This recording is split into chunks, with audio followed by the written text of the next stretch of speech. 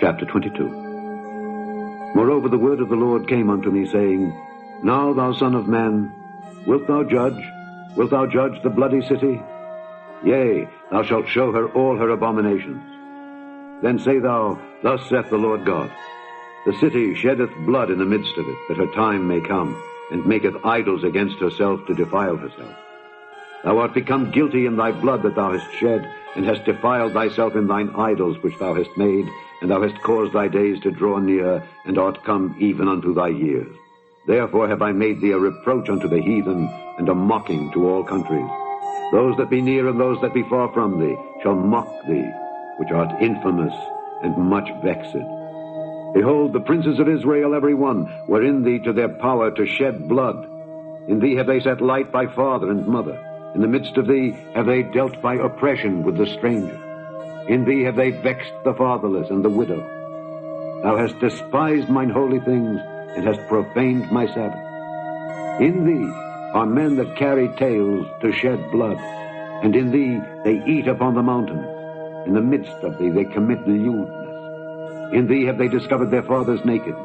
In thee have they humbled her that was set apart for pollution.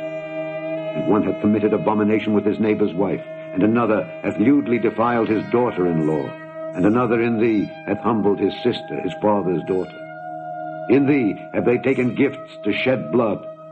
Thou hast taken usury and increase, and thou hast greedily gained of thy neighbors by extortion, and hast forgotten me, saith the Lord God. Behold, therefore I have smitten mine hand at thy dishonest gain which thou hast made, and at thy blood which hath been in the midst of thee. Can thine heart endure, or can thine hands be strong in the days that I shall deal with thee? I, the Lord, have spoken it, and will do it. And I will scatter thee among the heathen, and disperse thee in the countries, and will consume thy filthiness out of thee. And thou shalt take thine inheritance in thyself in the sight of the heathen, and thou shalt know that I am the Lord. And the word of the Lord came unto me, saying, Son of man, the house of Israel is to me become dross. All they are brass, and tin, and iron, and lead in the midst of the furnace. They are even the dross of silver. Therefore thus saith the Lord God, Because ye are all become dross, behold, therefore I will gather you into the midst of Jerusalem. As they gather silver, and brass, and iron, and lead, and tin into the midst of the furnace, to blow the fire upon it, to melt it, so will I gather you in mine anger and in my fury, and I will leave you there and melt you. Yea, I will gather you and blow upon you in the fire of my wrath, and ye shall be melted in the midst thereof. As silver is melted in the midst of the furnace, so shall ye be melted in the midst thereof, and ye shall know that I, the Lord, have poured out my fury upon you. And the word of the Lord came unto me, saying, Son of man, say unto her, Thou art the land that is not cleansed, nor rained upon in the day of indignation. There is a conspiracy of her prophets in the midst thereof, like a roaring lion ravening the prey. They have devoured souls. They have taken the treasure and precious things.